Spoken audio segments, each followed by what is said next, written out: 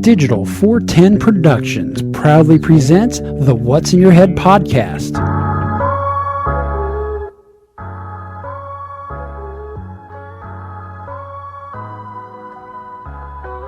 Digitized live from your company name here. Studios in Cape Coral, Florida. It's the What's in Your Head podcast with your hosts Gordon and Don Abernathy. What's up, OG5? It's Tuesday, we're live, but barely. It is the first live podcast from the Your Company Name Here studios in what turned out to be ground 2 for Hurricane Ian. I don't want to say ground claim 0 or 1 because clearly that was Sanibel and Fort Myers Beach, but coming in close to or possibly ground 3 for the hurricane, Cape Coral, Florida. And as you can see, the podcast studio is still in disarray. Took my green screen down, didn't have power for 10 days. Had to open the window up. One of the cats have been pissing in here, so the whole podcast studio smells the lovely smell of female cat urine, which I have to say is easier to get out than male cat urine. How would I know? Because I had a Bengal cat for many, many years, and when the lovely Loki left us, I thought my days of purchasing Jackson Galaxy's urine be gone was in the past, but 10 days and dirty litter boxes, and well, behold, the podcast studio now smells like a semi-clean litter box. There's still a fragrance in the air, but it's not as bad as it was 3 days ago. See, and it smells like a meth den. Yep. When the flamingo's pointing left, the cars full, the yards. When the flamingo's pointing left, the yard's full of cars. There you go. Well, I'm going to open this up.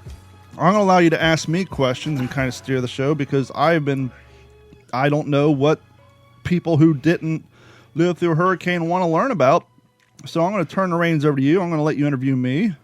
You can ask the questions and I will reply with the answers, and we'll maybe get some comments from the peanut gallery and all that good stuff and go from there. We'll start off with an easy one. Okay. Going into the hurricane, what was your approach? Was it, it's an old hat. We've done this before. This is easy. It could be inconvenient, not too bad. Or did you buckle down and go Chicken Little? Well, that in and of itself is kind of a tricky question because you have to take history into account. And I am taking history into account because I noticed there was one thing you did not do this time. This would be my 5th hurricane in a short 18 years, but I'm only going to count 3 because only 3 affected us to the point which we went a minimum of 2 weeks with no power, which would have been Hurricane Charlie. 10 days here for Hurricane Ian, and 16 days for Hurricane Irma.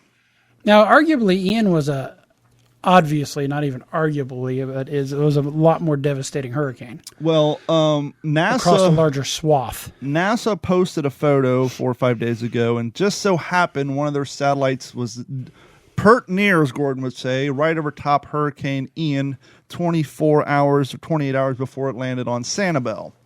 And at that time, the entire eye was 32 miles wide.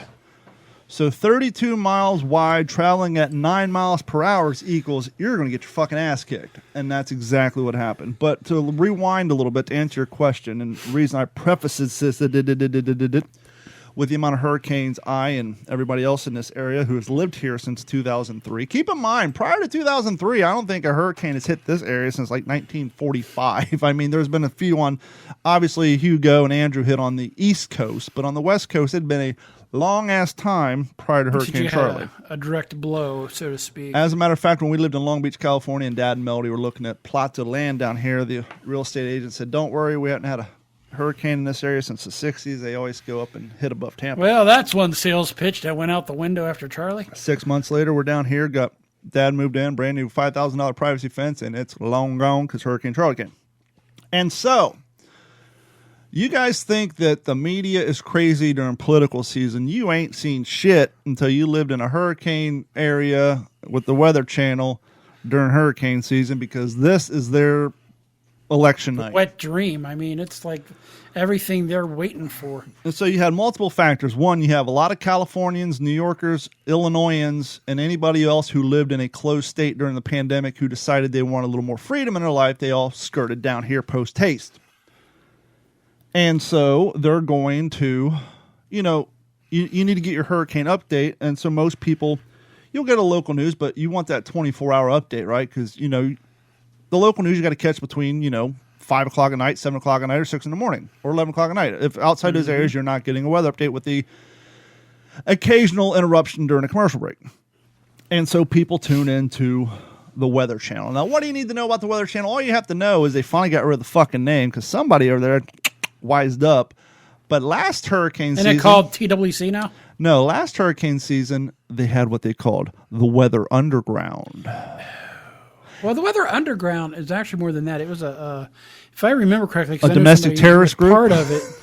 It's a lot of local weather stations throughout people's properties and whatnot. Well, prior to that, in the 60s and 70s, it was a local domestic terrorist group. But anywho, so when your people are going to the Weather Channel to get their update, Weather Channel puts real intense stinger music behind that update. Just giving you this update. I mean, if the Halloween theme song wasn't copywritten, they would play that, but they're playing clearable, scary music in the background. A lot of doom, doom, doom, doom, boom, boom, a lot of low bass and a lot of stingers and giving a news update, blah, blah, blah, blah, blah. And so as the storm's getting, as the weeks roll by, it's going to go up and around and going to go to Tampa and it's going to clear us. And so I really wasn't too concerned. And then, as it usually happens, about 3 to 4. Actually, it was that Friday, Wednesday. Yeah, Wednesday before the storm.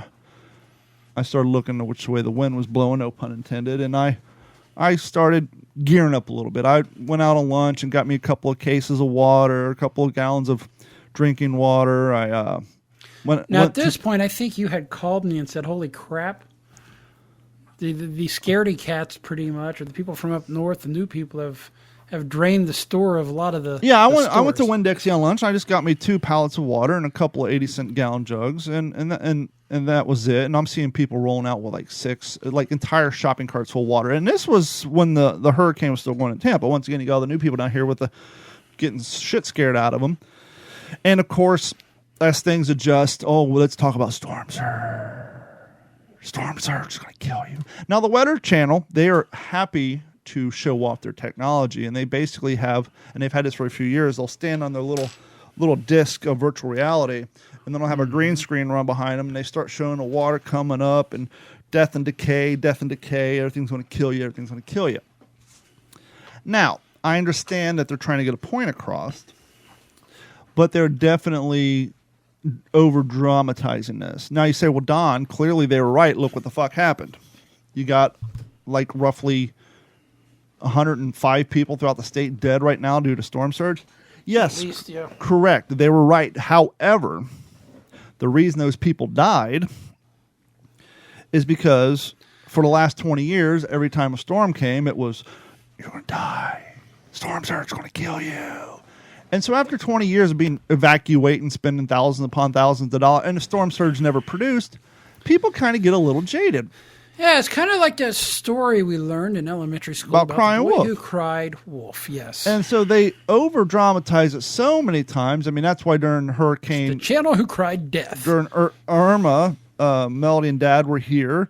The Pine Island Fire Department moved all their vehicles over to fucking JetBlue South because it was the storm surge game. And thank God it never produced. There was a few areas like in Estero, St. Carlos Park, just low-lying areas who got flood from the rain. It wasn't storm surge. It was just bad drainage, high water, rain, and some creeks flooded. And I had people during Irma, one from my World War II reenactor friends, he was a renter, didn't have renter's insurance. All his German uniforms got fucked up and his house flooded and all that stuff. So I'm not downplaying it. But what I'm saying is the reason so many people did not evacuate is we've been hearing for so many years about the great giant who's going to come shit on us, and it never produced.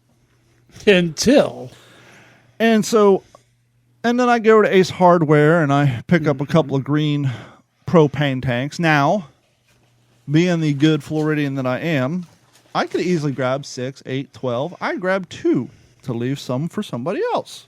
Same way I feel about the waterness in that. And so that was Wednesday. And then Thursday, things started looking a little more sketchy, if you will. Actually, if I remember right, I got my days might be off. your days are a little off. So it actually, I think Tuesday's when you went out because Wednesday, and the reason I know this, Yes. is So because- the storm hit Wednesday, right? correct. Because So it was Friday. I bought the Wednesday water. Yeah, Friday. as my day to relax before I drove back Thursday. Yes. From Montana. And my relaxation was sitting here watching my family get pounded via the weather station. So or the Friday Weather I Channel. started buying the water. Monday I went to work.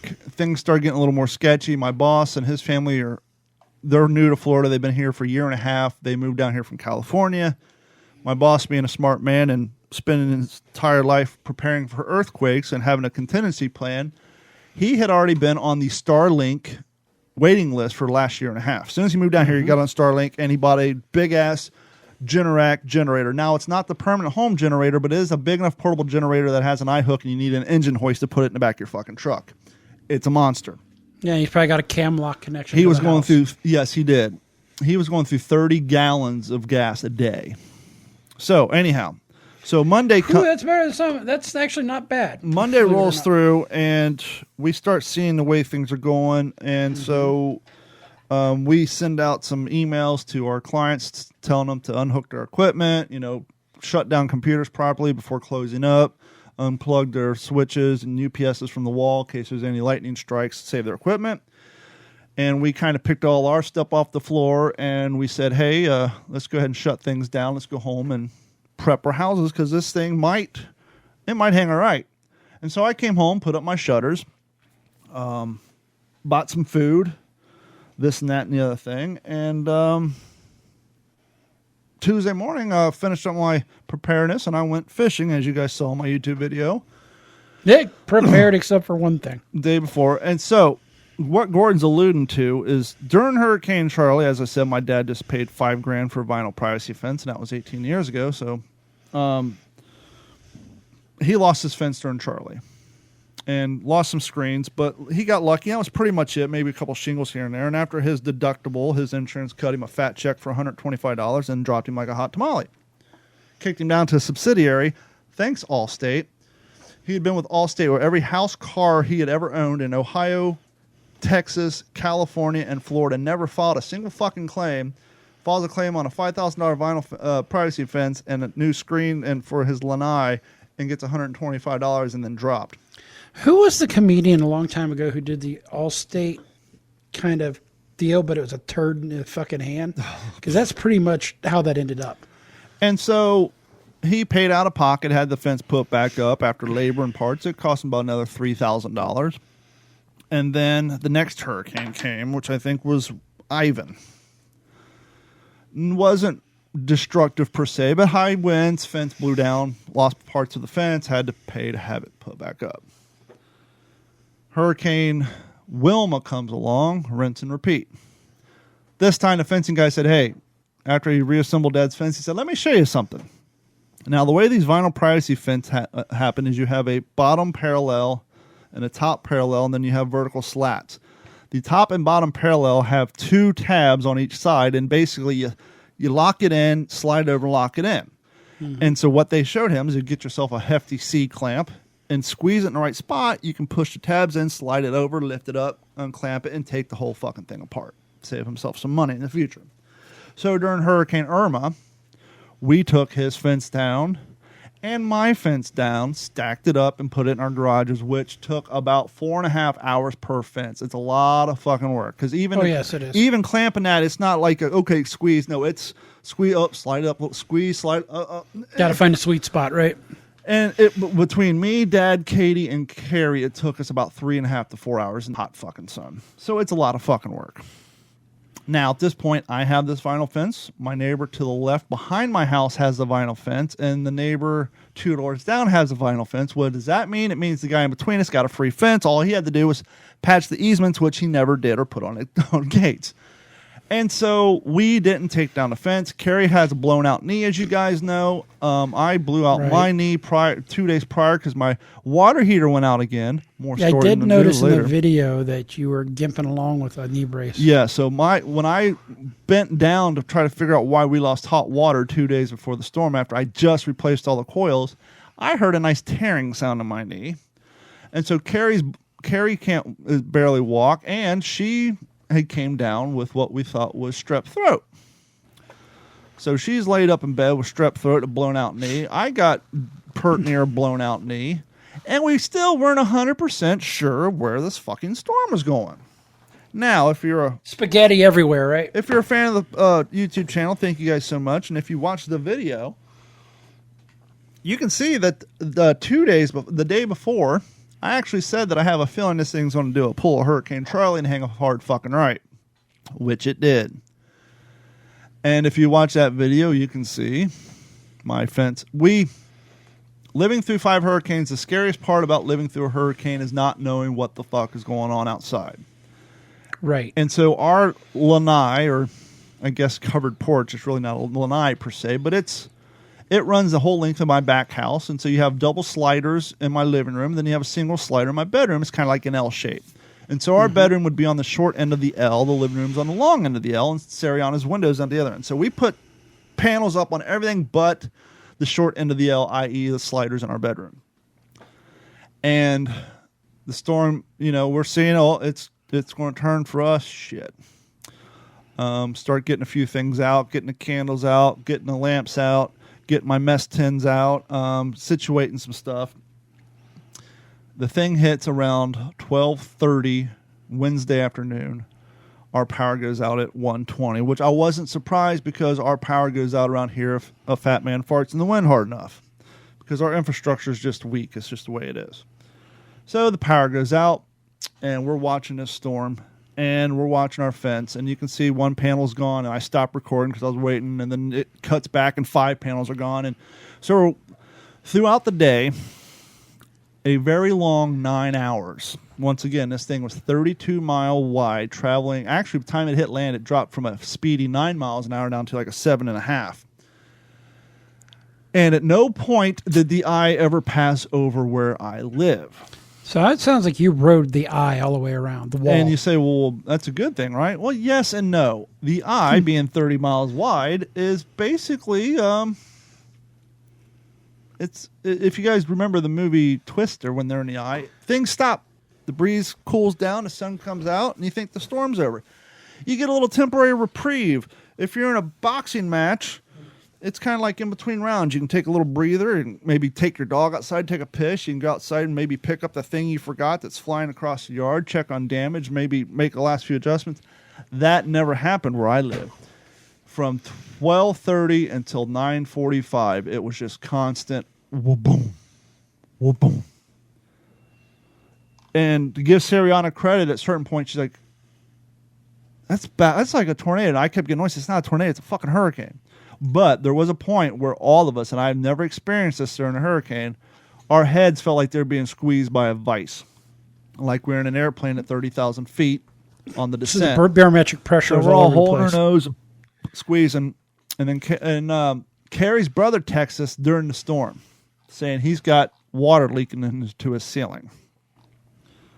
Now, for anybody who knows anything about homes, when you're already having water drip through your drywall, you got a big fucking problem. Because that means the water is coming through your roof fast enough that it has already soaked all of your insulation. It has already gotten past your AC unit and is already coming through your roof. And so I did a quick run through my house, check on my ceilings with a flashlight. By this time, it's already dark. And make sure I have no water coming through. And Sarah was like, I think I just heard a tree break. I'm like, what the fuck? Well, nothing we can do about it. Power's out. And then we start hearing kaboom on my side of the house outside my bathroom. Kaboom. Kaboom. Carrie's like, what is that? I'm like, that's the gate. That's the gate to the privacy fence slamming against the fucking house. Kaboom for about 20 minutes, and then it stopped. Well, there goes the gate. Fucking ripped, disintegrated. And so we're sitting by the slider. I'm starting to see the slider flex a little bit. I'm like, fuck, I should have put the panels up. And you hear me say to Carrie in that video when we're looking at the fence, she's like nose up to the window. I said, back away from the window. One of those panels comes through this window. We're fucked. Absolutely. And there was one of them did go through our screen, blew a nice hole in it.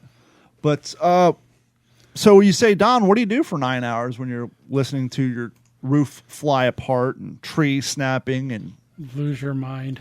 No, we played a couple games of Yahtzee, taught the kid how to play chess, taught her how to play solitaire. We basically distracted her to keep her calm. But there was times I started hearing, I'm like, oh, there goes my fucking roof.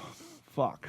And so I text Gordon, who's in Montana, as he previously explained, and I said, well, actually, we went on Amazon and looked up tarps. Oh, there's a 2-pack for $25, and you hit add to cart and no internet. Fuck. Because towers are being knocked down. As soon as everybody's power goes off, that means they're no longer on the Wi-Fi. Everybody's now using the cell services. So the cell towers that are still up, not to mention your signal is being blown halfway to fucking Cuba. And so we kept trying to order. And so I text Gordon. I said, do me a favor. Go on Amazon, order me 2 of these tarps. I'm listening to my roof fly off right now. I've been through enough of these to know that you will not be able to find a blue tarp in this state for the next 6 months. And, of course, I have bad signal. And so when I'm texting him, I text him, but my messages don't get to him till about 3 to 4 or 5 minutes apart, or sometimes they mass in. And so he gets annoyed saying, settle the fuck down. I'm ordering them. Give me that. And I reply, no, it's not me. It's just I sent these 5 minutes ago. They're just coming to you now. And so he ordered them, and we're just sitting there watching shit fly through the yard. And the wind cooled down enough that we were able to go outside real quick, and then picked right back up. But long story short, the hurricane in and of itself is not the hurricane experience. The hurricane experiences from the time the hurricane hits to the time you get your utilities back. Because that's, I mean, let me put in the caveat. So obviously, if you're one of the people who lost their homes due to flooding or wiped off completely off the map, it's a different story. But for the people who were lucky enough to get through this with some missing roofing tiles, a leaky roof, a missing fence, a damaged car, missing tree, for people who didn't lose their entire homes, the hurricane experience isn't over until you get your power back. Yes. Sunday, Sariana and I went swimming down at Alani Kai. We usually go to Sanibel, but, she said, well, let's go to Fort Myers Beach. We never go to Fort Myers Beach.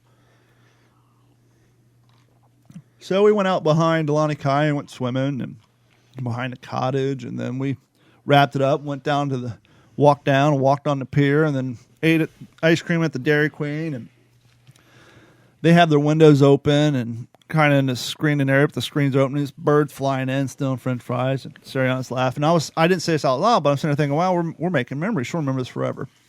Little did I know, short Sunday, Monday, 3.5 days later, the fucking place wouldn't exist anymore. Dairy Queen is nothing but a concrete slab. It's all the pier's gone. Nothing but pilings and the whole goddamn place is knocked off the earth. Yeah, if I remember right, I saw a video of the inside of the first floor of Alani Kai, and there's nothing left. Now, granted, I lost power, so I hadn't seen any of this stuff. Mm-hmm. So the storm ends. We walk outside. It's now 10 o'clock. It's dark as shit. But we knew our fence blew away, and we knew that our neighbor's fences blew away. And so Carrie and I respectfully gathered up all the fence pieces out of our yard in the field behind us, but we kind of try to do the respectful math, try to figure, okay, which maybe those pieces probably belong to our neighbor. So we put our fence pieces on the lanai. To be a little honest, there was some concern that maybe someone would get to there before us and take some of ours. The whole thing being is, if we're going to rebuild this thing, the more parts we have, the less it's going to cost us to rebuild this fucking thing. We're going to pay for labor, but hopefully pay less for parts, because it comes down to basically between each post is roughly between $95 to $100. And I got 13 panels, so do the math. Without labor, you're looking at $1,300 in parts, just in the panels, not the post. 3 of the posts completely snapped in half. Some of them are super weak. So, lost some shingles. Palm tree did snap in half. Lost one of my palm trees. Both our cars, paint damage severely from ceiling tiles. And keep in mind, I still had not no power, no TV. I have no idea about Fort Myers Beach, no radio, nothing about Sanibel. And my neighbor to the right, after living through Irma, he got himself a Generac generator, but not a whole home generator, just a pretty big, hefty, portable one that they mounted to the slab and chained it up, and it was behind his privacy fence. And I will say, he has these, they're not palm trees, but they're palm bushes that run along his privacy fence that grow up to give him privacy. And he has a huge tree, outdoor kitchen, and the neighbor behind him has some similar bushes along there. Their privacy fences did not get knocked down because of those trees. Those bushes took the brunt. They were basically wiped clean, but what I'm getting at is once I rebuild my fences, I'll probably be planting similar bushes along mine for future endeavors. But because he had a generator and he was riding the 16 days without us during Hurricane Irma, he had enough. And so he said, hey, you have a generator? I'm like, no. He's like, well, here, run this into your house. Actually, he first... He tried to hook me up with a male-to-male adapter. We're going to plug it into one of my outlets and feed that circuit, but it didn't work. And it's dangerous. It's called backfeeding, by the way. And so, but I was like, well, thank you. And so I ran a wire in there, and I plugged in some fans and a UPS and the TV, and I did the old trick of cutting the network cable, which I have plenty of it, and I skinned the shield off, and I stuck it in the coax jack, and that got us one TV station, NBC. And I posted a video on YouTube, on Facebook, which took forever. And then he took my garden hose, and he just so had to have a female plastic adapter. It was a female with a nipple, and you slide it in. We cut my male end off my garden hose, slid this adapter in, put hose clamp on it. And because he had power, his water pump worked. And so we took my garden hose with the female end, now two females, plugged it from his water faucet to mine, and he backfed my plumbing too. So this guy saved our ass. He gave us electricity, at least for our phones, a TV, and some fans, and now we have the ability to flush our toilets without having to dump water, because I filled my bathtub up like I did with Irma, and take cold showers, which was a huge help. And the next day, he's like, do you need anything? I said, well, I might need some ice. He's like, why isn't your refrigerator plugged in? I said, will your generator handle it? Oh, yeah. Okay. So I went and plugged my generator. Because, once again, the guy's giving me a cord. He has it plugged into a single outlet in his garage. I didn't want to overload his system. I'm just trying to be, courteous. I don't want to take advantage of, overload guy. So now we have a refrigerator plugged in. We have two fans plugged in, one oscillating fan on the birds, a box fan in my bedroom, a TV, and a UPS to charge our phones. Cool. Turn on TV and see footage of Fort Myers Beach, Sanibel, and Pine Island. To which point I said I will not post any more videos complaining about my fucking tree and or my gate on Facebook. Bet you felt like you could. Should I just go take those old ones down? No, I left it up. I don't want to get too much into it, but my dad sold his house in Cape Coral 3 months ago, bought a place about 1.5 miles from Sanibel. Which I think where his house lies was actually pretty darn close to ground zero for the hurricane. And because he just got it technically within hurricane season, insurance companies being insurance companies, they said, fuck you, we're not giving you flood insurance. Call us off a season. Well, he's one of the people who got 4 feet of water in his house. So not only did he lose his home, he also lost his trailer that he pulled behind his truck when he did his band stuff. Lost his lighting. He just spent a year programming. He has stage lights. Mm-hmm. Just spent a year programming them to every single set list he had with every single band. Lost 3 high-end pianos, like a 30-channel mixing board, all his lights, his Les Paul, everything. He fucking lost everything. But, so trust me when I say I understand the people who lost everything, because I get it, but I don't want, air his private stuff out more than I just did. So trust me, we get the fact that people lost everything. Yeah, that one hits a little closer to home. And so back to our shenanigans here. Start cleanup. What do? You just look around and say, fuck. Start picking up fencing tiles, picking up tile shingles. My neighbor to the left, his 5-year-old kid's walking through my yard and stacking up shingles for me. Didn't even, just. I posted a TikTok 2 days ago saying if there was a way to replicate this without people losing everything they have, costing them financially, maybe, I don't know, maybe every city just needs to shut off their infrastructure for 2 weeks at a time. It's a great reset with the exception of fucking looters, but there really wasn't, as bad as shit got down here, I think there's only been like 7 looters arrested. But prior to this, if you guys are into politics, you hear people like, I wish we can get back to 9/12. 9/12, the day after 9/11, politics was set aside. That's what it's been like down here for the last 10 days. And I've said this before, you will never talk to your neighbors in Florida unless you have a hurricane. Obviously, my neighbor to the right was taking care of me. My new neighbor across the street, who was renting that house that sold while he's building his house. Now that I have a refrigerator, I'm taking gallon bags of Ziploc bags, filling them with water, putting them in my freezer, making ice blocks. I'm freezing the gallon jugs of water that I bought 4 days before, turning them into ice blocks. Any bottled water we drink, any soda we drink, Gatorade, Powerade, which, by the way, Powerade, not a bad drink. But you guys really need to get down on your promotions. You want to know which products don't sell?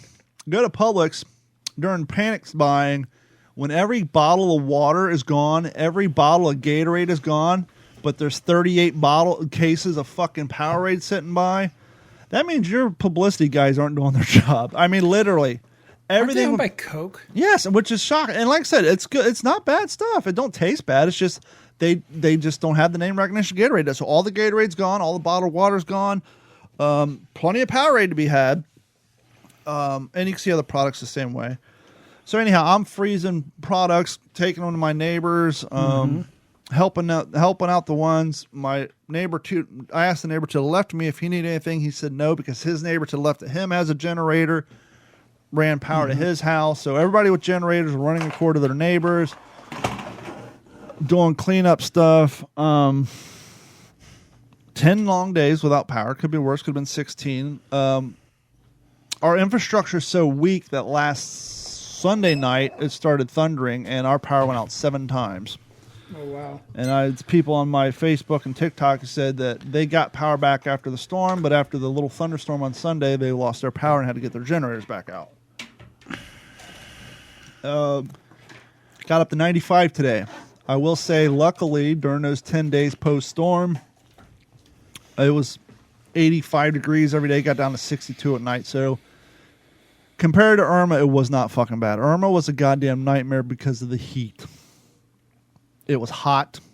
We had a generator after day 8 that a listener of Stan Haney let me borrow. We had a swamp cooler that brought our house down to a cool 89 degrees. That's how fucking hot it was. So this year, if you're lucky enough not to lose everything, if you're in the camp we lost some tiles, some roof, and you had a minimum amount of electricity and some cold showers, it was kind of like camping, really. I mean, I don't want to downplay it, but for those of us who didn't lose everything, cold showers sucked, but for those of you who like to take cold water plunges, you're used to that. Now, I do have the benefit that I am a World War II reenactor, and I spend my weekends in the wintertime camping voluntarily. And I have 2 mess kits. You crack this bad boy in half, and you got 2 plates. So we were eating off the 2 mess kits instead of using up dishes. I have my propane cook stove that I made for my World War II reenacting, so I was cooking on that. I have a big charcoal grill that I didn't use, but I had the little portable one we have from when we used to borrow Dad's camper. I use that to save on charcoal. Mm-hmm. I had I bought a bag of charcoal before the storm came, but I could not find lighter fluid anywhere. Now, I have not grilled out in about 2 years, but I had half a bottle of 2-year-old lighter fluid. Ooh, does it still work? Yes, but we've all been spoiled by the majesty of Matchlight charcoal. And so when you've been using Matchlight charcoal or propane for the last 10, 12 years, you forgot the doldrums and how bad it sucks to get old school charcoal to light and how much lighter fluid it requires. Hey, I need to pause. If you can continue, I got to take these dogs downstairs. I think they got to use the bathroom, and I'm going to leave them down there. So I will be right back. And so what I did to save on upside charcoal, down, just not as much as you guys right now. So what I did to save on charcoal is I walked across the street to the trash pile to where all the vegetation was, and I got some branches, some sticks, some stems. I wish he would have muted his microphone before yelling at his dogs, but whatever. And I basically made a kindling pile in the bottom of my grill. And I'm just going to mute his mic.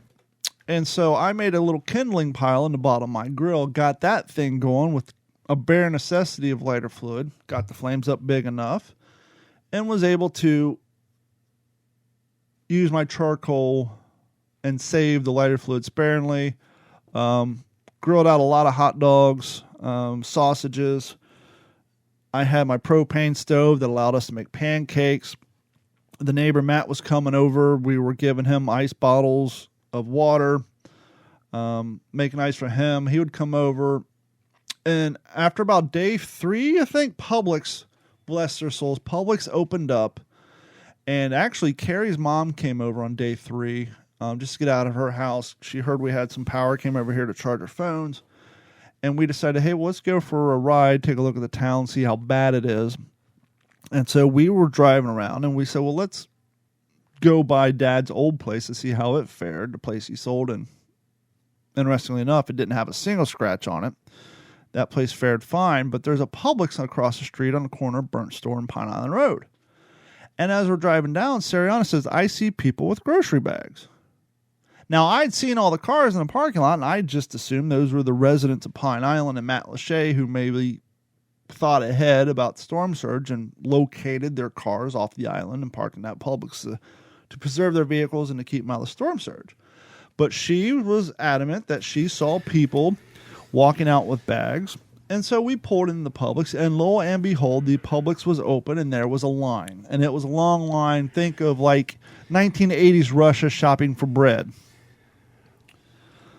So we said, okay, so we hopped in the line, and it went quick. We were in and out, and you can see clips of this briefly in the YouTube video, and we were in and out. We were able to get soda, bread, some more hot dogs, some sausages, and hamburgers, and so we got the essentials. We made it home, and so we did a lot of cooking on the propane stove and on the charcoal stove, and as you left, Gordon, I was explaining how I preserved lighter fluid by making kindling piles out of the dead vegetation across the street, getting a fire going, and then putting the charcoal on top of that.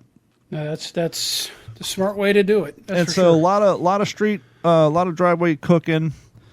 Went and cleared some houses, some neighbors. My buddy Zach and Rusty, they had literally award-winning lawns for Florida indigenous wildlife, and their trees fell over. Had to go help him.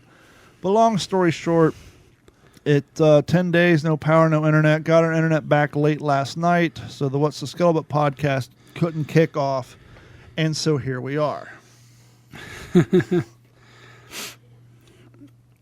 Here we are. Any other questions? No, there's a few. I don't know. My mind was going through, especially with everything Dad may have been going through and not knowing what the condition of his place was and not being able to get a hold of him. But, yeah, dude, it just doesn't sound fun. I'm sorry.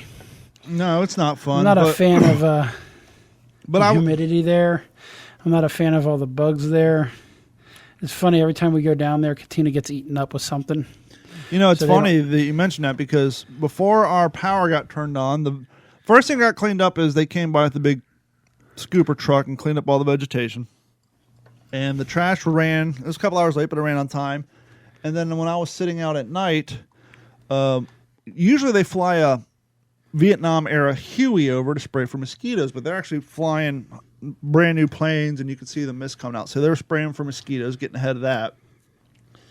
I didn't see one in the daytime, but I'm pretty sure I saw them at night. Verizon took a pretty good hit down here, as they did with the other storm. It sounds like T-Mobile may have been the best carrier down there. And word on the news was that Verizon was flying drones to get damage footage and to act as range extenders. So they were actually flying drones that were boosting the Verizon cell signal. Yeah, that makes sense, and that's good that they've thought ahead of time. I'm sure they've got those things posted up in various locations throughout. I wouldn't have expected it, though. Now, if they're DJI drones, that may be a problem now because they've been banned. blacklisted. The most popular drone in the world. They own 76% of the market for residential drones. You know who number 2 is? At 4%. So for those you follow along at home, the leading residential drone market holds 76% of the market. Number 2 only holds 4%, and that's Intel. I didn't know Intel made DJI drones. is the Mavics, right? Yeah, and they're Chinese-based. Now, let me rewind a little bit. Also being a World War II reenactor, I got the cot out because we opened up all the windows, but the fans were in our bedroom. So Sariana slept in my bed with Carrie, who, as I said earlier, thought she had a strep throat. And I slept on the cot with my Glock, much like I did during Irma, in front of the open door. Cot Glock? Because when the power goes away, looters come out to play. Luckily, I didn't have to worry about that, but I did sleep with my Glock in my cot. Carrie's voice, her throat got so tight, and she couldn't even open her mouth. Finally, 4 or 5 days after the storm, she went to urgent care while I was at work, working on my boss's house. And they scared the living shit out of her. Oh, God, what life-threatening illness did she have now? They thought that she had a abscess. Oh, abscess? Yeah. Abscess in her throat that was going to need to be drained. Yeah, I've had some abscess in some different spots. So they gave her 2 shots in the ass, and they scheduled her an appointment with an ear, nose, and throat doctor, which ironically, my new business, that makes up 75% of our clientele are ear, nose, and throat doctors throughout the country. And so they scheduled that appointment the next day along with a CAT scan. Mm-hmm. So we went to the ear, nose, and throat doctor, and by this point, the shot in the ass plus the steroid and the antibiotic got her going pretty good. The ear, nose, and throat doctor looked down her throat and said, "You don't need a CAT scan. I'm going to give you..." He saw what antibiotics they prescribed her. He said, "Hold off on those for 3 days. Take these for 3 days, and then go back to theirs. And if you're still feeling kind of fucked up next week, give me a call." But she's doing better. So not only did she have a blown out knee, but she had to live through the hurricane in at least 6 days, no power, no air conditioning, with an infected tonsil. But that's all cleared up now. And so, and my knee, it's feeling a little better. I did get my internet back late last night, and I did get on my bicycle, and actually I went for a 10-mile bike ride with my daughter and my neighbor before we got our power back, and then last night I jumped onto my wannabe Peloton. It's interesting. You're talking about the company you work for and how you all mainly do ear, nose, and throat. Our IT company, formerly known as Las Vegas Med IT, was bought by another company like that called Healthy Technology Solutions. Well, if you need a new service provider, we can help you. Yeah. So funny if it was you guys, but a little non-hurricane related news while I was away. They die in threes, and the third one just announced tonight. Who is it? Do you know who the first 2 were? Nope. I have not been paying attention to the news because every time I turn on the news, it's all I'm not going to say this is in sequential order. This is just in the order which I have. Coolio. Wait. I think I do know who the first one is. Who? Rapper. Coolio, Gangster Paradise rapper, dead at a young 59. Coolio, the 90s rapper who lit up the music charts with hits like Gangster's Paradise and Fantastic Voyage, has died, his friend and manager Jersey Posey told CNN. He was 59. Posey said Coolio died Wednesday afternoon. Details and circumstances were not immediately available. We know what that means. Oh, which, by the way, when I did get power back before I got the cable back, just so happened my 4-season box set of WKRP in Cincinnati was delivered that I ordered 2 weeks prior to the storm from eBay, so I've been watching the shit out of that show before I got my TV back. When contacted by CNN, Captain Eric Scott of the Los Angeles Fire Department confirmed the firefighters and paramedics responded to a call at the 2900 block of South Chesapeake Avenue at 4 p.m. local time for reports of a medical emergency. When they arrived, they found an unresponsive male and performed resuscitation efforts for approximately 45 minutes. That's not a good sign. The patient, quote, was determined dead just before 5 p.m., Scott said. An autopsy performed on Coolio Thursday did not reveal the cause of the manner of Coolio's death, and further investigation will be conducted. I have a feeling he took the DMX route. 59, you're a little old to be doing hardcore drugs, allegedly. We don't know his case. We just know that's what DMX died from. Quote, he touched the world, gifts, and his talent, and will be missed profoundly. Thank you to everyone worldwide who listened to his music and everyone who has been reaching out regarding his passing. Please have Coolio's loved ones in your thoughts and prayers. You can read the rest of that story. Just Google it. What are you listening to, fella? I'm just watching my dog, seeing what the hell they're doing. So, number 2 on the list shortly after. Let me guess. Yep. Angela Lansbury. Loretta Lynn, country music star, symbol, and rural resilience, dies at 90. Her powerful voice, playful lyrics, and topical songs are the model of generations of country singers and songwriters. So what's her life Angela story? Lansbury did pass away on October the 11th. Once today. again, this was October 4th that Loretta Lynn died. Nashville Loretta Lynn, a country singer whose plucky songs were inspired by life stories and made her one of the most beloved American musical performers of her generation, died on Tuesday at her home in Hurricane Mills, Tennessee. She was 90, so there's nothing much else to talk about there. And then as reported tonight before I went on the show, Angela Lansbury died at 96. She died of, being 96. So those are your Yeah, three. at that point, you're just dying of old age. I don't care what they say. Yeah. She died of cancer. She was 96. She's already outlived the average lifespan of a female, which is longer than us. I think they suck the energy out of us sometimes. And, yeah. I have often said if my credit score, if I could mortgage a house based on my PayPal ratings, I would be a fucking billionaire. Well, that may mean nothing nowadays because PayPal apologizes for policy notice saying users could be faced with a $2,500 fine for misinformation. What? Yeah, now they're back feeding. Payment You know service. who owns them now, by the way? They own Venmo. Well, they're also part of Venmo.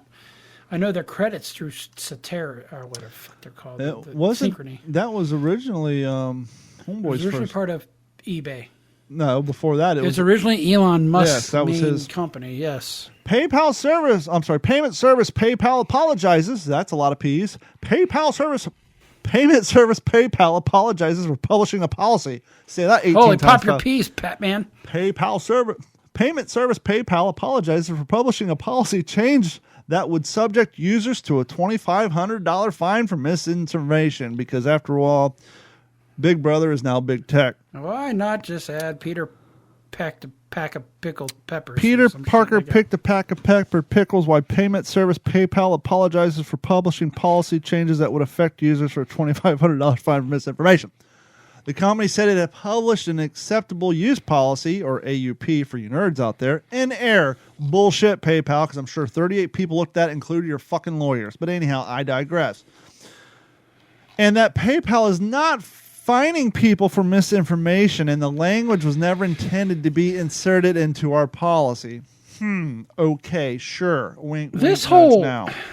Hold on, let me finish the story, then we can beat PayPal over the head. It just irritates me.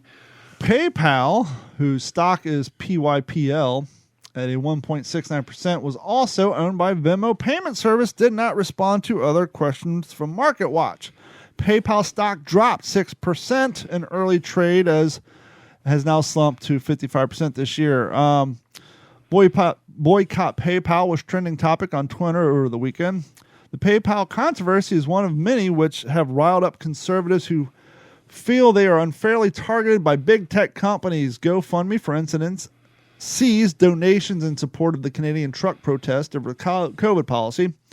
Privacy has been cited as major concerns. But long story short, what the agreement policy said was that basically as if PayPal had determined that you have a site that uses their services and your site is publishing misleading or misinformation on your website, tweets, or whatever, that they would just automatically take $2,500 out of your fucking bank account as a fee. So who determines what's misleading misinformation? Because a lot of the stuff that was deemed misleading during COVID has actually come out to be kind of factual. The big tech people who tend to be left-leaning progressive who listen to the talking points coming out of the Democratic and Progressive Party is the short answer. Well, I'm going to plug a Joe Rogan's show today. One Tulsi Gabbard was on it. Yeah, she just stepped down from the Democratic Party. Yeah, and I think it may have been the show she announced it on or her own, but she was talking about how. Well, let's just put it this way. I listen to different news sources. I listen to CNN, I do NPR, I do Fox. I don't do them a lot, just when there's some certain things that interest me and I want to find out all the sides before I make my decision. Mm-hmm. And what she did say, I do think is quite accurate.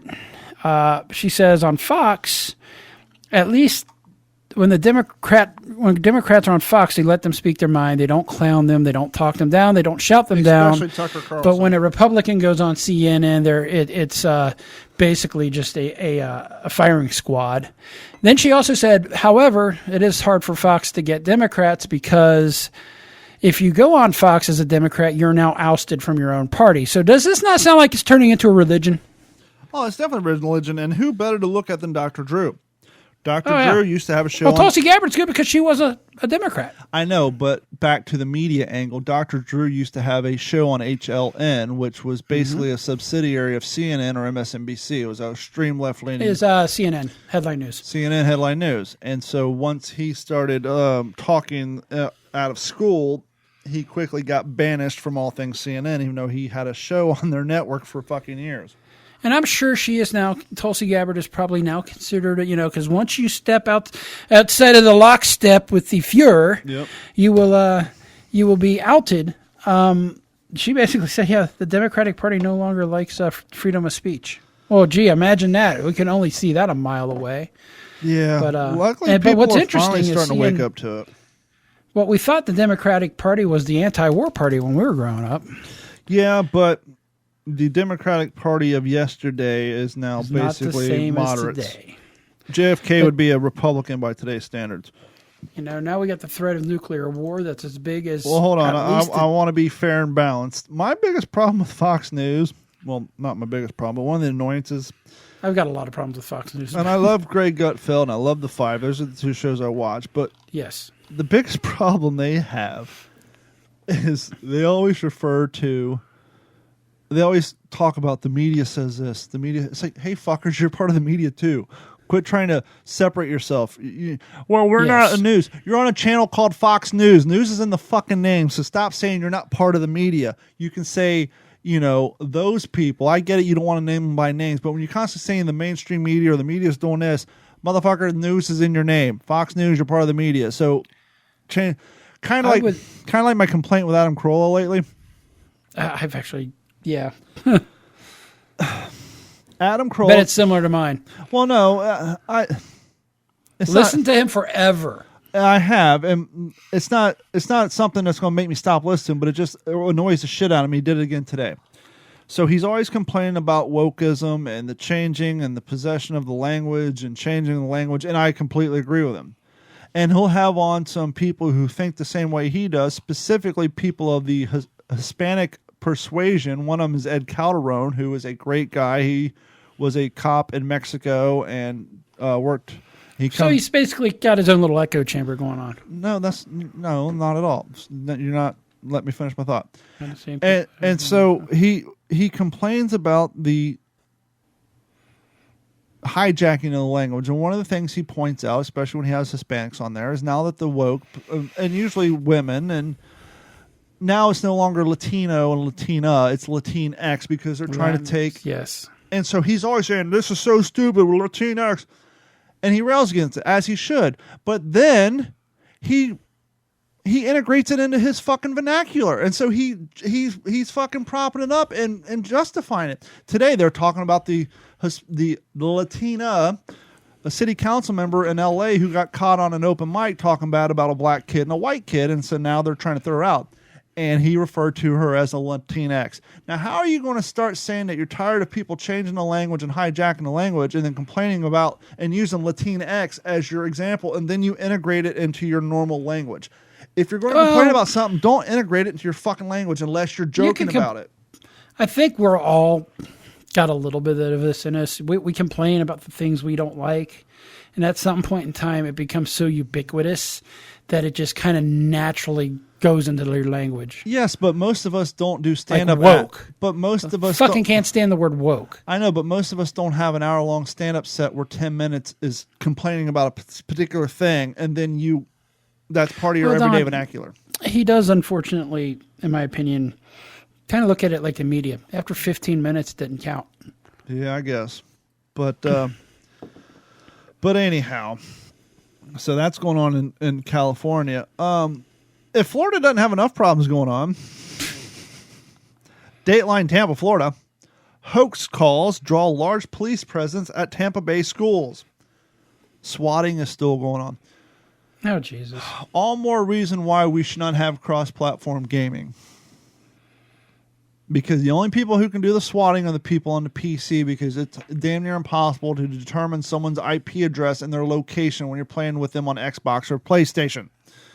Tampa Bay, Florida law enforcement agency investigate multiple possible, quote, swatting calls at schools across Florida Tuesday morning, including the Bay Area.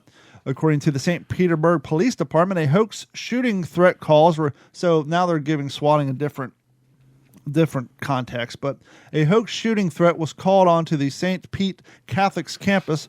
Authorities responded to the school but said there was no active shooters and no children were in danger. Quote, parents who want to pick up their children anyway should go ahead to the shopping center at 9th Avenue North and blah, blah, blah. The department said Pinellas Park High School also had a call that was believed to be a false threat, according to police. Authorities in Sarasota County were also put on alert after suspicious calls were made. Sarasota police officers responded to Riverview High School to assist Sarasota County Sheriff's deputies and Sarasota school officials in the call. Law enforcement are conducting searches of the area. In other parts of Florida, Miami-Dade County School Board said there was a hoax call threat about the multiple schools. However, there was no active threat. The helicopter feed from the NBC affiliate WTVJ showed students gathering outside one of the schools as officers investigated the threat. Meanwhile, in Broward County, the Pembroke Pines Police Department said the West Broward High School was put on lockdown after a possible swatting call. However, search of the school showed that no threat secured the location. Quote, we are aware of additional swatting calls which have been affected high schools throughout the area and may be connected to the incident at West Broward High, Pembroke Police said on its Twitter. Boca Raton Police said there was also reports of an armed individual at Boca Raton High School. However, after dispatching numerous officers, police found that there was no evidence of a shooter. So someone is having fun with their auto dialer on a computer somewhere, and this is fucking insane. It is, but going back to Pinellas County, just to get the Beavis and Butthead or the inner 12-year-old out of me, how often does it just get called Penis County? Never heard it once. Not to be that guy. Oh, back to the hurricane real quick. We're all in this together. You've been hit by a hurricane. We're all in this together, they said. As I said previously, I got one channel, which was in BC, WNBC, and they were floating the hashtag Southwest Florida Strong. Okay, cool. Let's get behind that. Now, you would think the hashtag Southwest Florida Strong was some ubiquitous internet hashtag to show that we're all in this together. But this is the media, and, well, the media is the media, and they need a way to track their influence over the public. Now, you're saying, Don, you sound a little bit cynical. How do you know? Because I worked in radio. I know. So tonight I was watching Wink News, and they were showing their coverage and their commercials. And they went to commercial break, and that's the first time I watched Wink News in the last 10 days. I usually watch Wink News over NBC News because, well, it's a better news service. And they went to their commercial. And once again, I just thought we're all in this together, Gordon, because that's what they've been saying. We're all in this together, hashtag Southwest Florida Strong. But no, Wink News is hashtag Gulf Coast Strong. And I said, oh, wait a minute, we're not in this together. Every fucking media outlet's got to have their own hashtag. Oh, absolutely. They got to have their stamp on it, their branding. Now, I complained, and to be consistent, I complained about this after Hurricane Charlie. It drove me fucking nuts. For 3.5 years after Hurricane Charlie, Fox News was real bad about this. They would show footage to promote their Weather Channel about how we're on your side. We're there for you. And for 3 years, poor bastards in Port Charlotte and throughout would have to see video footage of their homes, their properties, their lives fucking destroyed, being used as a promo on the fucking news. And I get it. You got to sell your product. but they're already doing it. It's all about branding, man. Branding's fine. You want to use footage of your asshole standing in the creek, pretending like he's being blown away, which you've already saw fucking Weather Channel before the storm. There's the guy, his fucking crash helmet and his parka, he's flying away, he's holding on. There's people walking their dog in the background. We see it all the fucking time. If you think they would learn? No, because they're padding their portfolio so that because a lot of these guys are local weathermen who are being reached out to on behalf of the Weather Channel, and they're padding their portfolio to get a better Mr. market. Weather Douche, I know you've applied to. You sent us a resume to come onto our channel and a bigger market. Tell us our expertise. But can you please explain this little miming that you've done? Oh, that won't end up in their portfolio. They'll cut that out. But what bothers me, and NBC's real bad at this, and they got one right now. Once again, you want to show the footage of your weather woman crying. Cool, that's heartfelt. She works for you. She's getting paid. But do you think the people you guys interviewed in front of their fucking dilapidated, flattened out property who are crying, do you think they knew the rules of media? That whatever you say into that camera, the media company can use whatever way they fucking wish. And this poor woman who's crying because she lost everything is now being shown 38 times a fucking day to promote your news channel. Yeah. I'm sure if you would have said to, hey, Sheila, can you sign this waiver so we can use this picture of you crying in all of our fucking advertising spots to promote our weather station? Possibly, they said that maybe Sheila they would have did. wanted got her beak wet too. Maybe they did, but I doubt it because working in radio, when you call that radio station and you're on the air, you unknowingly signed a waiver. And once you call that radio station, they record you. They can use your phone call for whatever way they want. And I'm assuming the local TV news is the same way.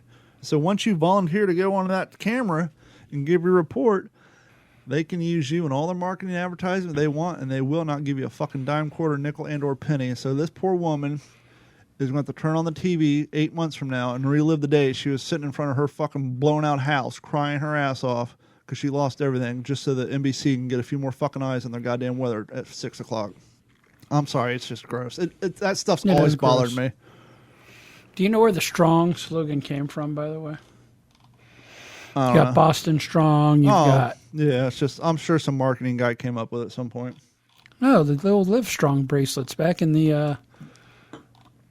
Yeah, I was thinking about that, but I thought we distanced himself after he got canceled. It's a continuation. Yep. Boston Strong came on second. I was just kind of thinking about that when you were talking about Gulf Coast Strong, or out here it's Vegas Strong because of the shooting. I want to thank everybody for supporting the What's Your Head podcast. Please do me a favor. Prior to the storm, I had a TikToker named Punk's Not Dad on the Failed to Fail podcast, and he's a Canadian gentleman who, after living the party rock style 90s skateboard snowboard life, and if you guys are skateboarders and snowboarders from the 90s era and you want to relive your life, I strongly suggest you go listen to that podcast because we go through it all. He woke up one day in the 40, right around the pandemic, hungover, fat and overweight, kind of like myself. I gained quite a bit of weight during the storm. But he up and decided he was going to quit drinking and change his life. And he actually got back into skateboarding at the age of 44. And I asked him, well, how do you handle the falls? And he said, believe it or not, with my... Don't fall. He actually said, no, now that I stopped drinking, and he's also vegan, which, whatever. But he said since his diet and he stopped drinking and lost weight, he said when he falls, it doesn't hurt him that much. It doesn't affect him. So, but it's a really cool interview. We talk a lot about the 90s punk rock music and growing up 80s, 90s skateboard culture, snowboard culture. Spend quite a little bit on that less than we do TikTok. But go to failtofail.com or go to Fail to Fail on your favorite podcast app, especially iTunes and Spotify. Listen to that episode. And it's a good one. And please, while you're on the internet, please head over to d-410.com or what'sinyourhead.com. Click on the Patreon link, like, and sign up. It's only $1 a month. It goes a long way to support what we do here. And I definitely appreciate everybody reaching out. The other thing I noticed... Do we ever know what happened to David that was hiking across the country? No. I haven't seen a TikTok from him. He's probably working somewhere in Tennessee or somewhere. I think a lot of people use hurricanes as a chance to bulk pick up all the shit that's been in their garage. Right. I've been seeing a lot of front load washers out on the curb, and I doubt they all got fucked up during the hurricane. I'm seeing stuff like, okay, there's a big wheel from 5 years ago. People are just offloading their garages, which, by the way, we have free bulk pickup. You just got to call, even when it's not It's hurricane kind of, season, you know, but sometimes you got spring cleaning. This is post-storm. I'm seeing a lot of, for some reason, they're all front loaders, too. There are a lot of front loader washing machines sitting out on the curb, which I don't get. But let's see here. 303, talked about that. Washing machines, yep. Oh, here's something I want to talk about, hurricane. So we were complaining that we didn't have power. What the fuck? Where's the power? And then we heard DeSantis went on the air and said, hey, LCEC, you need to start accepting outside help. We're like, hey, what the fuck? And so the scuttlebutt was that the reason FPL was getting power back so quickly was because they had brought in all this outside help and that LCEC wasn't accepting it. And I speculated on a TikTok that now has 65,000 views. And I said it was purely speculation on my part, and I don't know that maybe LCEC didn't want to pay for the extra labor because they're a co-op. They basically buy the power and sublet all FPL shit and resells it. And to be fair, we've had issues with LCEC long before this hurricane, and even in non-hurricane issues, there's always problems. Right. But LCEC has come out and said, hold the fuck on. The reason we don't have power so quickly is because the city of Cape Coral told us they needed 48 hours to do their fucking rescue and damage assessment before we activate the power lines. And the Cape Coral's like, well, hold the fuck on. We only asked for 24 hours. And I know there's already people asking for the mayor to be recalled because people were pissed. And so let's see if we can get down to the bottom of what really happened. I tell you, I saw your sheriff. Yeah. He's a bit of a spaghetti bender, isn't he? Yep.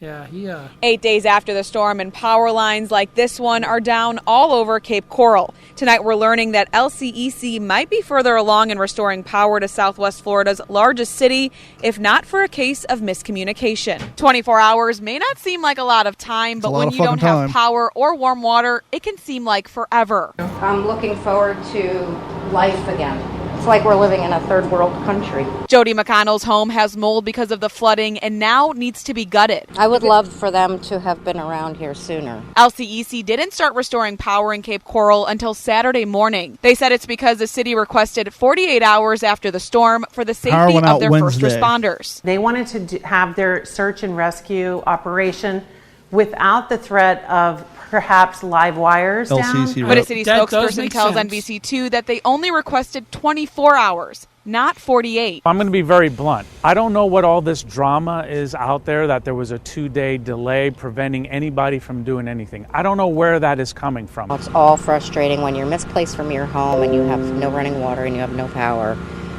It's an inconvenience for anybody who's living it. It's terrible. McConnell knows that Cape Coral was harder hit than many other areas, but is frustrated knowing that her power might be back on sooner, if not for miscommunication. I would love to have my power back. That's what I can say. LCEC says they're working as hard as they can to get the power back on in Cape Coral, and they hope to do so by Saturday. Reporting in Cape Coral, Hope Salmon, NBC2. So there's a major thoroughfare coming up behind my road that intersects with another major thoroughfare, and I was coming up the other day before I had power back, and I saw the pole trucks out there. They're putting up new poles. It was beautiful. That's got to be exciting. And then I saw a fire truck, and then I saw police, and I realized, oh, this is Cape Coral. Things are getting back to normal. Some poor son of a bitch was driving down the street in his lifted Silverado, minding his own business, when some dipshit came around the corner and some miniature SUV rear-ended his Silverado, pushed him into a brand new power pole that was just planted probably 20 minutes before and broke it in fucking half. And I'm thinking, Jesus Christ, they just got this new power pole up. Somebody rear-ended this fucking Silverado. He broke the pole. Now they got to clean up the cars, clean up the mess, dig up another pole, replant it. It's like, fucking Christ. People, go home. Get out of the fucking roads. Welcome to Cape Coral. Yep, so I probably would have got my power back earlier if people weren't driving around acting like assholes. So have you been enjoying the AC the last couple of days? Yeah, I did want to say, too, and I told you about this. I had cleaned up all the shingle particles throughout my yard and stacked them across the street. And word came down the road that we're looking at rain this weekend on Sunday, the storm that I told you caused us. And so your tarps had not shown up yet, and I'd gotten up on the roof, and I had one tarp in my garage. I covered up a patch, but then I started walking the the peaks of my roof, and there were tile missing, and you could see the plywood, and you can see the gaps where they butted together on the peak. Yep. And so I was like, shit, I got to do something about this. I don't want to water my house. For those of you who ever played Fallout 4 or any sort of post-apocalyptic game where you have to, what they call, grind and find stuff, that was my life. I was going through the garage, opening drawers. Ooh, found a box of roofing nails with 75 nails. Add that to the inventory.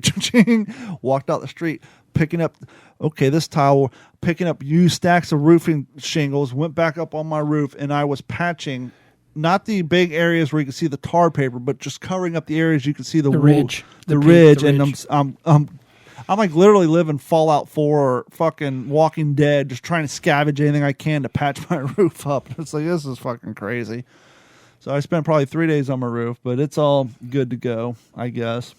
Until it actually gets properly repaired. But well, see, that's the thing Carrie's getting nervous about, because she's seeing people on Facebook complain, saying that for some reason, and I won't believe this until, which, by the way, the day the generator got turned on next door, my neighbor said, hey, my adjuster's coming tomorrow. Do you want me to send him over? So I had an adjuster come over. I sent him my information. I'm waiting for them to call us back, but it's going to be a long road.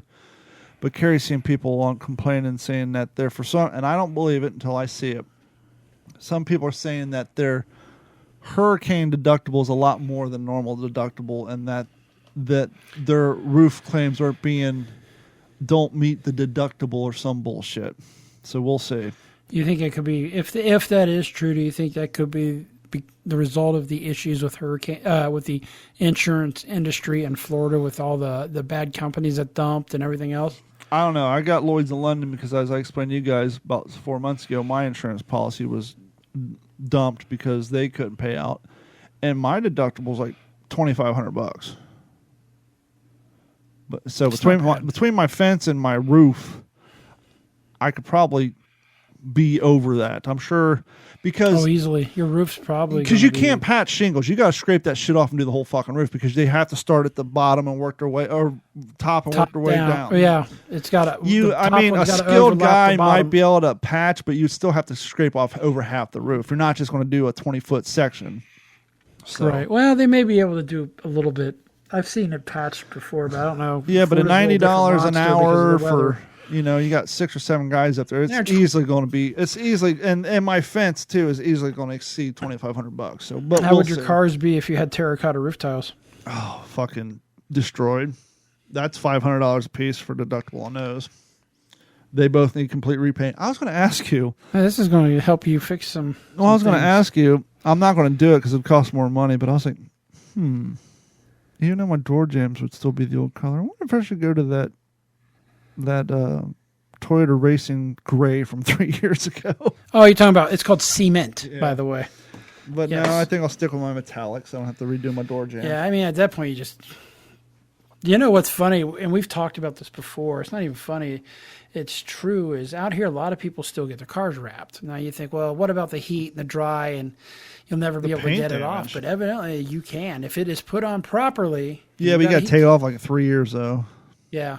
But I guess it definitely helps the finish on your vehicles out here, because everything gets sandblasted and sun scorched. Have you watched any of that Dahmer show on Netflix?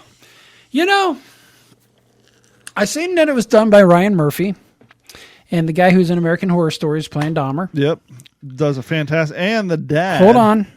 But I've stopped myself from seeing it because I've heard the stories, I've read the stories. I really don't know if I want to watch a visualization of it.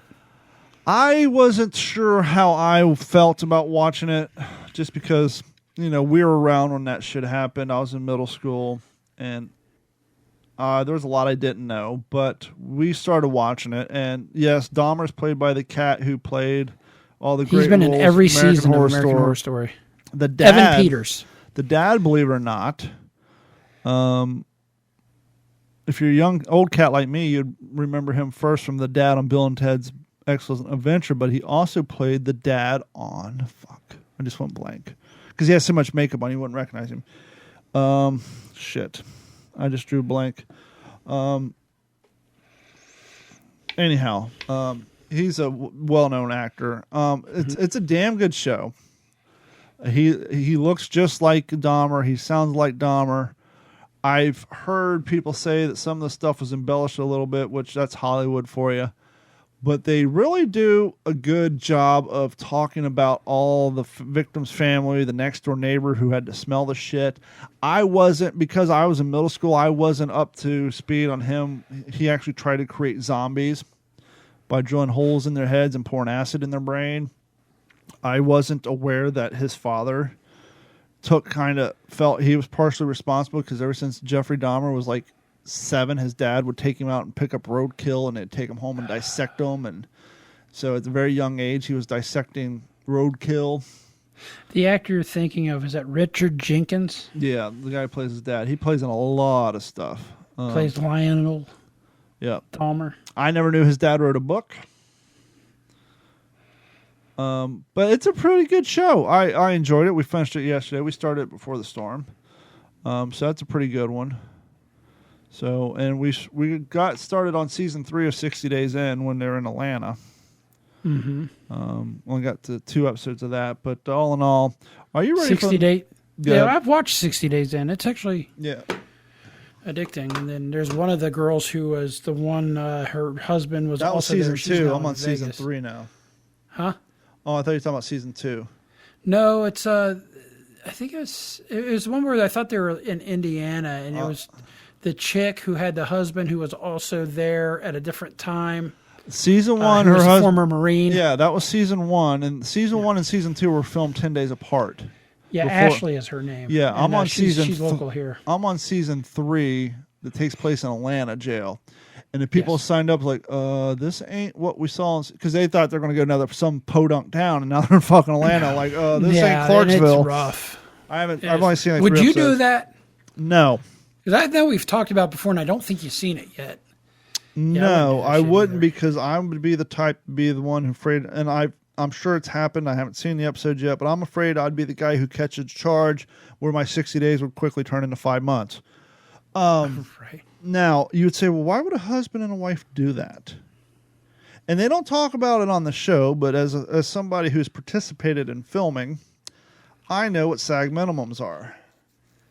And if you notice, all those people, with the exception of Muhammad Ali's daughter, who's not exactly wealthy, they all kind of have something in common. Now, there's no talk of money because there's no prize money, but SAG minimum is $12 an hour. And technically, you're on set 24 hours a day. So you do 60 days in, you're going to come out roughly making about $65,000 before taxes.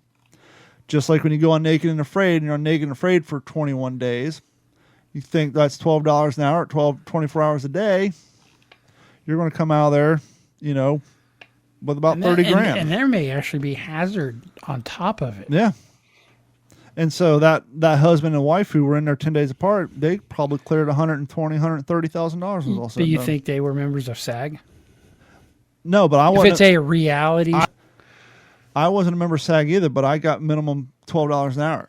right? But you were a background actor, or they're a reality docu-series, so I don't know how that works. It's still all the same because, for example, if you watch Naked and Afraid, like that came out this season, even though they're in they're in like the Amazon, the poor bastard from the third world town who's driving his boat has a fucking COVID mask on because of Hollywood protocols. It's these people are out in fucking the jungle. Everybody there has shots, and yet the director, the producer, the medics, and the guy driving the boat all have fucking COVID masks on because they have to follow Hollywood protocols. So, and even if it's not SAG, they still have to get paid the state of Indiana's minimum wage because you're still technically working for the production company. Now, 60 Days In, 100% Netflix. No, it's still A&E, isn't it? It was A&E. And so I'm sure they, $12, maybe they made $10 an hour. That's still $10 an hour at 24 hours a day.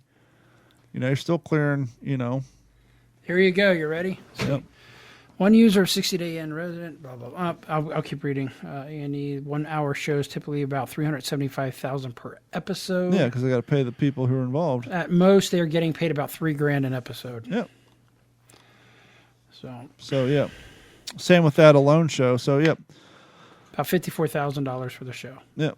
So, yeah. So okay. You're So close. $12.50. It's about $9 an hour, 24 hours a day. So you're thinking, you're roughly making what, $1,200 a day, give or take? Yeah, not bad. Before taxes? But you know how long it takes a wife to clean the smell of jail off after.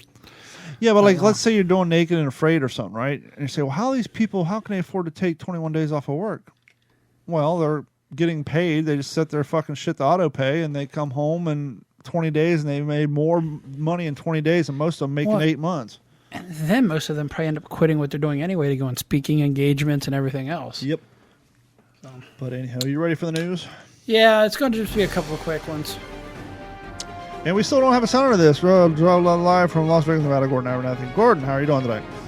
I am doing all right. But this lady out of Fort Myers. Hold on. Programming note, I meant to get this early. We were supposed to have the fine people who took over Beaver Lick Trading Post on tonight, but due to the hurricane.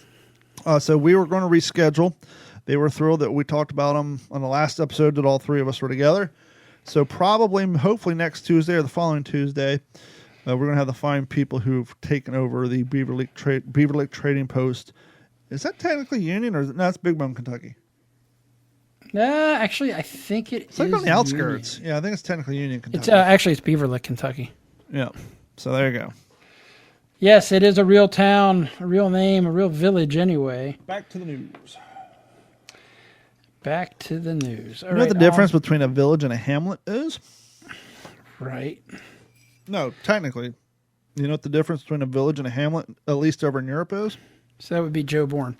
What is the difference? 3 houses? Hamlet does not have a church. Oh, okay. Village does. Fort Myers, Florida. Yes. Why? Well, because it's kind of in the news still. And a lot of people's shit got turned upside down. This is my new favorite wine. It's all I've been drinking the last 3 weeks. Ashley Gardner has given up on ever seeing her wedding ring again. She lost it outside of her Fort Myers home just days before Hurricane Ian crashed into the coast of Southwest Florida last Wednesday. Despite enlisting her husband and 3 young children to help search around their yard and the garage for 2 days, there was no sign of said ring. How did it fall off her fucking finger? I just accepted it was gone, according to Gardner. It was the only thing. It was only a thing. It's replaceable. I just let it go. We knew the hurricane was coming and just kind of said goodbye to the ring. The family stayed at their home during the storm. Yeah, they did. And went outside the cleanup as soon as it had passed. We were about 10 minutes into cleaning. My husband was cleaning up the brush and trees right next to the garage door, and there's a pile of brush and trees. He moved it over one pile, and the ring was right there. So she's stoked. Lost the ring pre-hurricane, just a couple days before, and it was found after that. So very good for them. It was kind of a quickie little story. Russian-Ukraine war. Real quick. It's like I don't want to talk about it, but shit is getting worse and worse. Have you heard the new tinfoil hat? Well, I'll get to the tinfoil hat story. So we know about the pipeline being blown up. Now the bridge leading from Russia to Crimea has been blown up. Yes, which is interesting because Russia's saying it's Ukrainian terrorist. How are they terrorist when you are the little terrorist who invaded a whole entire country? Because remember I'm allowed to attack you, but you can't possibly bloody my nose because that's not right. Well, you got to remember, a week before the storm, Russia officially annexed those areas, making them technically Russian soil. Well, Crimea was annexed in 2014. But still, and then the recent annexation, the world is seeing as illegal. It's interesting. They said, once we annex these, they become part of Russia. If Ukraine attacks us, we can use bigger weapons and nukes. Now, they have upped the game with the missiles, unfortunately, striking a lot of civilian targets. But, man, Kyiv just kept coming at them and taking more land back. And I am kind of split on this war. Number one, I'm all for helping them out because I don't believe any sovereign nation should be attacked by another, period. So I don't understand the politics between the two. I've heard both sides. I've heard Roger Waters even talk about Russia and how NATO, the West has kind of lied about not expanding NATO. But my thought is, hey, once a country is kind of sovereign, they could do whatever the fuck they want. And let's not forget that the whole Biden son scandal involved Ukraine back in the day. Correct. I'm not real well heeled on that either. So I saw this great tinfoil hat story, which is dumb because we heard how Biden is trying to encourage all the governors to pardon all people with nonviolent marijuana charges, right? I actually have not paid attention to that. No. So Biden came out and said that he's going to pardon anybody with federal nonviolent marijuana possession charges and encourages all state governors to do so on state charges. Mm-hmm. And then this came out about 2 days after the story came out about the United States purchasing $250 million worth of radiation sickness drugs. Yeah, this whole nuclear And so thing is a the little tinfoil hat TikTok people are like, well, you realize, so they're releasing all these people from prison who are on nonviolent drug charges, and then they bought $250 million worth of radiation sickness One drugs thing don't equal because they're another, going to get. They need all these people out of prison so they can send them off to war to fight in World War III. Except for most of the people who are in prison on nonviolent drug charges are probably over 40 because they were all arrested in the 80s, 90s, and early 2000s. So your conspiracy theory doesn't line up. They're past the age of enlistment in the military to fight World War III. But and nice most try, true tinfoil hat, conspiracy fella. theories you can shoot holes in. You know, I actually had to quit watching local TV. The political ads have gotten so bad. How bad are so they? often. You'll listen, okay, it's the same one I see, black salt, don't vote for him. He's going to get rid of the right to abortion, women's health. They're literally saying that, and the thing is in Nevada, it's in the Constitution of Nevada for a women's right to choose and women's health, so he can't do that. So they're just taking one little snippet of something he said, he backed up somebody somewhere, and they're using it against him. But see, the problem is political ads aren't meant for people like you. No, Political it's the ads lowest are meant common for denominator, dumb people who don't pay attention. which is why we have said on this podcast, we do not stand by the policy of encouraging people to go vote. If someone has to tell you to remember to go vote 2 weeks before the election because you live under a rock and didn't see the last campaign ads for the last year and a fucking half, you don't need to vote because you're too dumb to know what the fuck's going on. Well, there is one issue I am voting yes on, and I've not seen a vote no against it. Are you still there? Yep. Okay, the video stream froze. And it's issue 3 out here, and it's basically to allow anybody to vote in a primary. It's backed by the vets. I can't vote in a primary. I'm all for it. I haven't seen a don't let them vote deal, so I think that's going to go through. My stance right now is whoever is the majority, especially if they got both houses in Congress, I'm going to vote against. My only problem with that, and I'm a registered, non-registered, meaning I'm an independent, so I don't get to vote in primaries either, is I don't like this bullshit game where Republicans will go register as Democrats to go vote for the worst possible candidate in Democrat primary, and the Democrats will register as Republicans long enough to vote for the worst possible Republican, and then switch parties. I think that's bullshit. Why that's this dirty whole voting, because it doesn't matter what party you're in, you would be able to vote for whatever. So they could see then how many Democrats, you're actually going to be able to see who voted for whom and what party they were affiliated with. I am so tired of everybody, especially in the I'm not going to say liberal because they're not liberals, in the Progressive Party, turning everything in the fucking race. Oh. So DeSantis went on the news and said, hey. Now, he's a Hispanic, right? Sure, partially, maybe, perhaps. I'm sure a family member is. His last name definitely sounds it. He was in the Navy, so he definitely, that helped. But he seems spicy. He went on the news and said, hey, I don't suggest you loot because you don't know what's lurking behind the doors. We are a pro-2A state. And that's all he said. That was his quote. And some black newscaster on MSNBC or CNN went on and said that he was racist, basically saying that comment was right out of, apparently there was some racist sheriff in Miami in the late 60s who said that when the looting starts, the shooting starts. And so she's saying to him... Who's to say it's not a person of color? They're defending themselves. Not to mention, who's to say it's not a bunch of crackers doing the looting? Hey, it's an open carry state. Do you know how many minority people actually see open carrying out Which, here? by the way, if him saying if you loot, you get shot, that you automatically assume the looters are black, you're the fucking racist. Absolutely. And that's the problem. And then when Kamala Harris went on the fucking news... Jesus Christ. And uses the new catchphrase for race, equity, because that's the new catchphrase, said that they need to restore power to the poor forgotten communities based on equity before anybody else. It's like, Jesus Christ. And then there was DeSantis was going to do he was doing a news thing, and some left-leaning reporter started down the pipeline. He said, stop.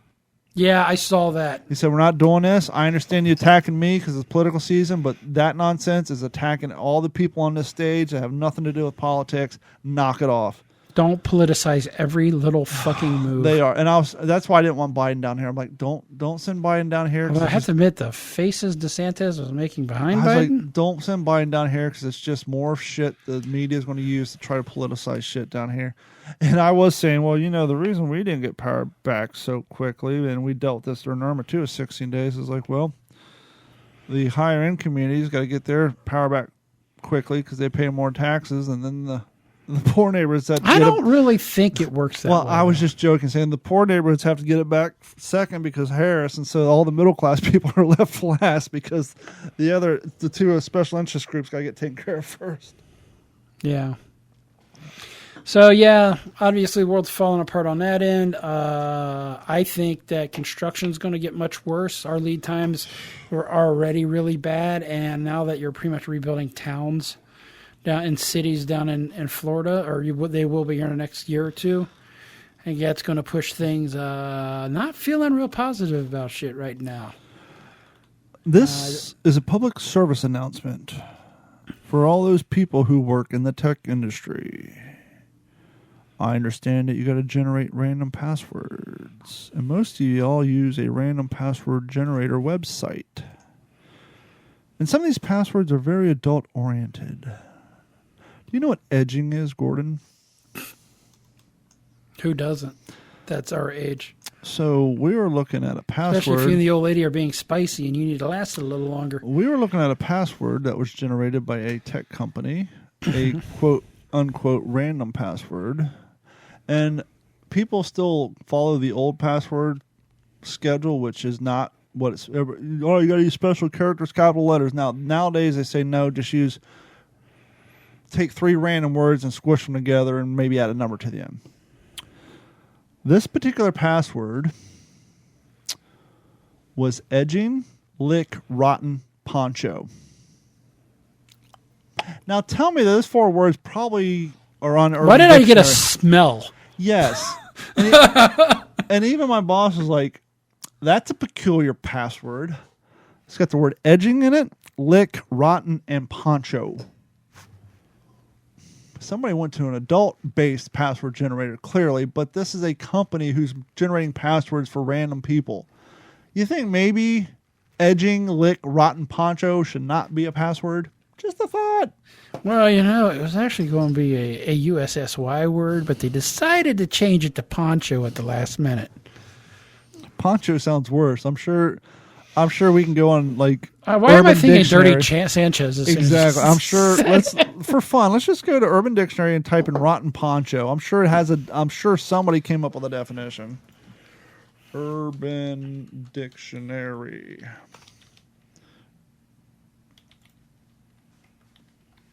Rotten poncho.